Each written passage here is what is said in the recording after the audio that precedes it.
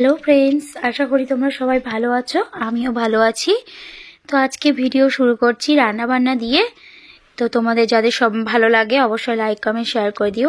আর যারা ফেসবুক থেকে দেখছো তারা ফলো করে দিও, লাইক কমেন্ট শেয়ার অবশ্যই করে দিও। যারা ইউটিউব থেকে দেখছো নতুন তারা সাবস্ক্রাইব করে দিও। আর আজকে আমি রান্না করছি পনির, চটপট চটজল বা চটজলদি কেমনভাবে পনির রান্না করা যায় খুব তাড়াতাড়ি। যারা খুব ব্যস্ত বা অফিসের কাজ থাকে যাদের, বা যারা বিভিন্ন কাজ থাকে, যাই হোক, তো তাদের জন্য এই রেসিপিটা খুবই দরকার।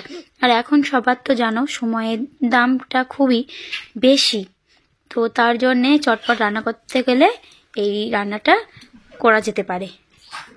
তো আজকে পনিরের রেসিপিটা তাই তোমাদের জন্য শেয়ার করছি। তো এই যে পনিরগুলো মাই পিস করে দিয়েছে আর আমি ভেজে নিচ্ছি পনিরটা আগে। পনিরটা তো বেশি ভাজলে তোমরা জানো যে একদম শক্ত শক্ত হয়ে যায়, খেতে মোটেও ভালো লাগে না।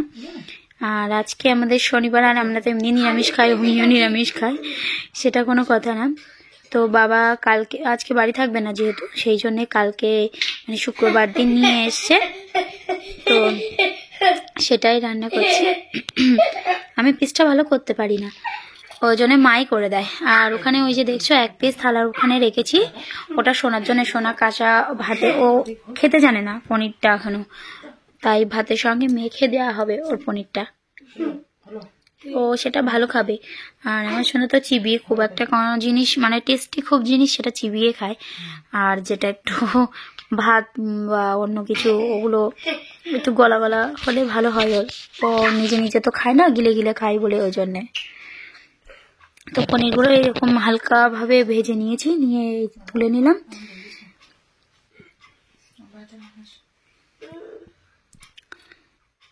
এবার পনিরগুলো তুলে নিয়ে ওর মধ্যে একটু তেল দিয়ে দেব, দিয়ে তার মধ্যে আলুগুলো, যে এর মধ্যে হালকা অল্প একটু তেল দিয়ে দিয়েছি, দিয়ে এবার এর মধ্যে আলু দিয়ে দেবো। আর এখানে টমেটো আর এই আদাটা মিক্সি করে নেব।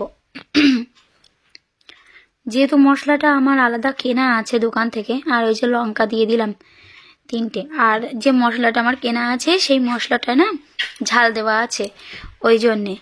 আর তেলটা গরম হয়ে গেছে, আমি আলুটা ছেড়ে দিলাম। আলুটা লবণ হলুদ দিয়ে একটু লাল লাল করে ভেজে নেব।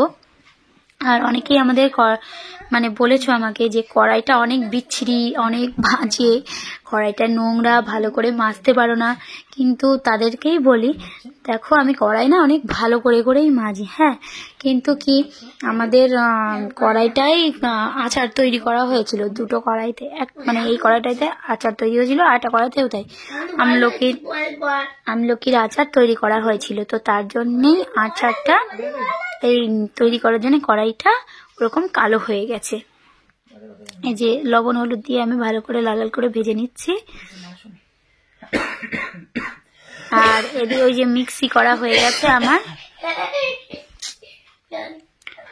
মিক্সি করে নিয়েছি। আর ওর মধ্যে ওই যে মশলাটা বললাম, যেটা বাজার থেকে কিনে নিয়েছি, আমি মশলাটার নাম তোমাদেরকে বললাম না, তোমরা যদি কেউ কমেন্ট করে অবশ্যই বলবো। আর এই যে মানে কালারটা আনার জন্য আমি কয়েক দানা চিনি দিয়ে দিলাম। এই চিনিটা দিলে কি হবে, ব্যালেন্স, লবণের ব্যালেন্সটাও ঠিক থাকবে আর কালারটাও চলে আসবে তেলের মধ্যে দিলে। তার মধ্যে একটুখানি দেখলে আমি হিং দিয়ে দিলাম। হিংটা কি পেঁয়াজ রসুনের একটা তৈরি করে। যারা নিরামিষ খাও তাদের জন্য, তারা তো জানো যে হিংটা কি কারণে লাগে। তো এই গরমের ভাবটা উঠেছে বলে ক্যামেরাটা কেমন ঝাপসা হয়ে গেছিল, তাই একটু মুছে নিলাম ক্যামেরাটা, মানে লেন্সটা আর কি। তো তার মধ্যে তারপরে ওই যে মশলাটা দিয়ে ওই কষছি। তো মশলাটা কষা হয়ে গেছে, দেখো বারবার লেন্সটা মানে কেমন হয়ে যাচ্ছে, যে বেশ সুন্দর করে মানে একদম তেল ছেড়ে দিয়েছে, দেখো। পারলে তোমরা কি করবে, মিক্সিটার মধ্যে না যেটুকুনি মশলা দেওয়ার সেই মশলাটা সেইটুকুনি দিয়ে দেবে, তাহলে ওটাও একসঙ্গে একটু মিক্সির মতন হয়ে যাবে আর অসুবিধা হবে না। ওই যে তারপরে আমি মিক্সিতে একটু লেগে থাকে যেটুকুনি সেটুকুনি ধুয়ে দিয়েছিলাম, দিয়ে তারপরে জল দিয়ে দিলাম। গরম জল দিলে ভালো হয়, আমি ঠান্ডাও জল দিই, কখনো কখনো গরম জল, বিশেষ কিছু জিনিস একটু গরম জল দিই। আর স্বাদ মতো লবণ দিয়ে দেবে। আর দেখছি একটু মানে সাদাটে কালার মতো হয়েছে, তার জন্য ওতে একটুখানি হলুদ দিয়ে দেবো।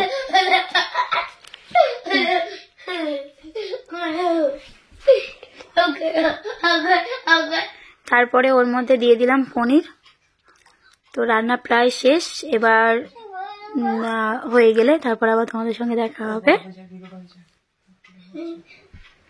তো এই যে রান্না একদম পুরো কমপ্লিট হয়ে গেছে, বসা বসা মতন। আর উপরে দিয়ে দিয়েছি একটু ধনেপাতা ছড়িয়ে দিয়েছি। তো এখানে শেষ করছি আমার ভিডিও। ভালো থেকো, সুস্থ থেকো।